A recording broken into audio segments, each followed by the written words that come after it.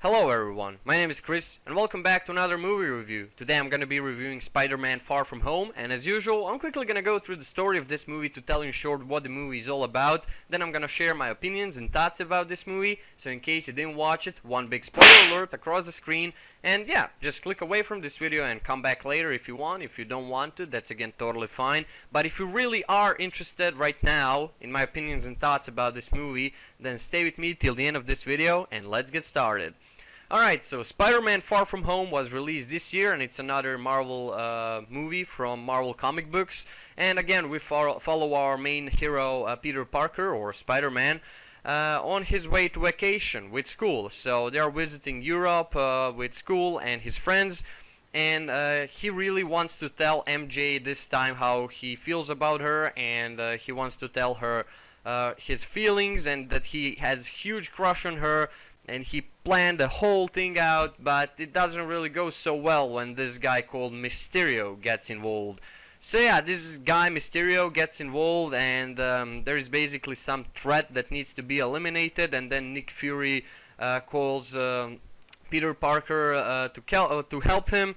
And that's basically not really a Nick Fury, but okay, I'm not gonna completely spoil you the after credits scenes. Yeah, anyways, Peter gets to Nick Fury, and he gets to meet this guy called Mysterio, and they explain him that there is some threat that needs to be eliminated, and problems are those big huge monsters that are called elemental, and there is 4 of them, fire, water, earth, and air. And Mysterio killed 3 of them, and then there is this last one left, which is fire, which is the strongest one. And they need Spider-Man again. They need a hero. They need someone to take care of that situation. And Peter is not really happy about that, because he wants to enjoy with MJ, and he planned the whole thing out to tell her that he has feelings for her and that he has a huge crush on her. And now his entire plan to tell her that is ruined because there is a threat and they need a hero. And then as the movie goes on, it actually turns out that that guy Mysterio is basically the main villain in this movie, and to me that was the most amazing thing in this movie. So through the entire movie, like halfway through the movie, you think that that guy Mysterio is actually a hero and he's fighting those creatures, and he's helping people. But what is he doing is actually using super advanced Tony Stark's drones, because this movie is happening after Avengers Endgame. Spoilers. So yeah, he's using Tony Stark's technology with those super advanced drones that are projecting the holographic image that he creates in the computer. And entire scenario, everything that you see in the movie, those big fights between him and those huge monsters, are basically a lie. Those are just holographic projections, and he made them look so realistic so people think that he's a huge hero that is saving the world, but he's actually a villain that wants to take Tony Stark's technology.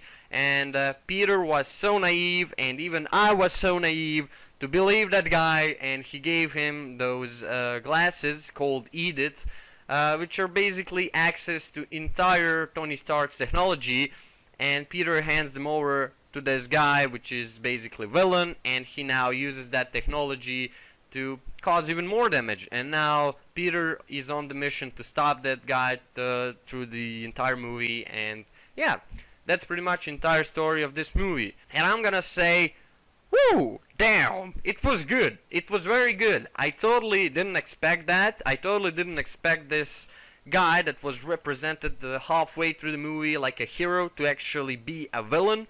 That was totally unexpected. Halfway through the movie, you really think that he is a good guy. They did that so well, and they do trick all the viewers.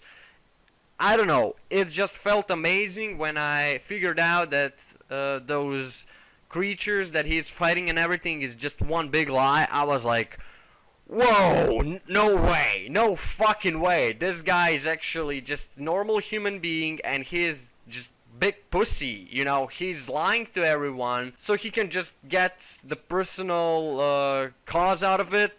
What a fucking asshole. I felt tricked and angry in the same time, and that's how Peter felt as well.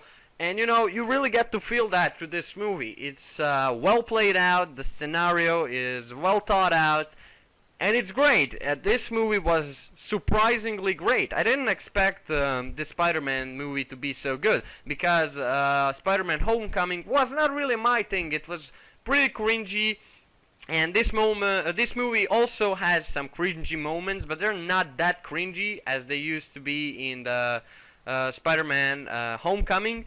It's probably because they're a little bit older. You know, it's been 5 years since Thanos snapped fingers, and now it's been 5 years since they returned after the Hulk snapped fingers with his gauntlet and returned all the living creatures back, including humans. And yeah, it's a little bit more serious, but there are still some tiny cringy moments. But if you look at the story of this movie, that totally doesn't matter. Those little cringy moments, I can totally go through them, not a big deal. And you know, this movie showed Peter really vulnerable. I mean, he's still technically a teenager, but he really does misses Tony Stark, and when he realized that he did a huge mistake by giving all his technology to this bad guy, he really feels like he let down Tony and everyone, you know. And then he gets to connect with this guy, Happy. You know, you met him in previous Marvel movies. If you watched Spider-Man Homecoming, then you know who Happy is. Happy is basically just Tony Stark's best friend, and they were cooperating together, and he takes care of Peter, you know, gets him to know with technology and everything. And you know, Happy really tries to cheer up Spider-Man at some moments, you know, and he doesn't feel good about what he did, and he's trying to do whatever he can to repair his mistake. And I don't know, it was a great movie. I totally recommend you to check out Spider-Man Far From Home, because it's great. It has a great story. I love how they show the villain's weakness. You know, he's just a normal human being. Everything that you see in the movie is just holographic projection, and everything is so fake and well designed. He's just a normal human being, and he's weak. Spider-Man can kick his ass in like second. Then again, he's so smart. Villain is so smart. He knows that he can defeat Spider-Man physically, so he goes and fucks him mentally, and he fucks him badly. You know, he really gets into his mind, into his head. He knows his weaknesses. He really plays around with him, and that was so good to watch. It was very good. I felt like I was watching Batman and Joker. You know how Joker can beat up Batman, and he just keeps fucking him mentally. You know, he knows his weaknesses, his mental weaknesses, and he just keeps teasing him on and on to get what he wants. And that's exactly what happened in Spider-Man Far From Home. It was so great, and I love those type of villains that have weakness, physical weakness, but they're so smart, and they psychologically defeat and bring down heroes.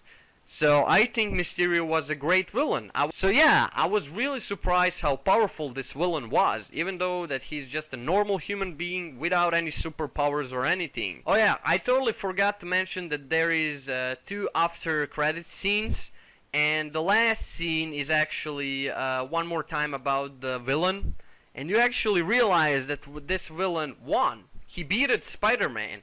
So this time in this movie, villain wins. I'm not gonna tell you what happens, but when I seen what happened, I was like, no fucking way. This didn't happen. And I felt so surprised, because I totally didn't expect that to happen. So yeah, in my opinion, this villain totally beat Spider-Man's ass and like brought him down at the maximum level.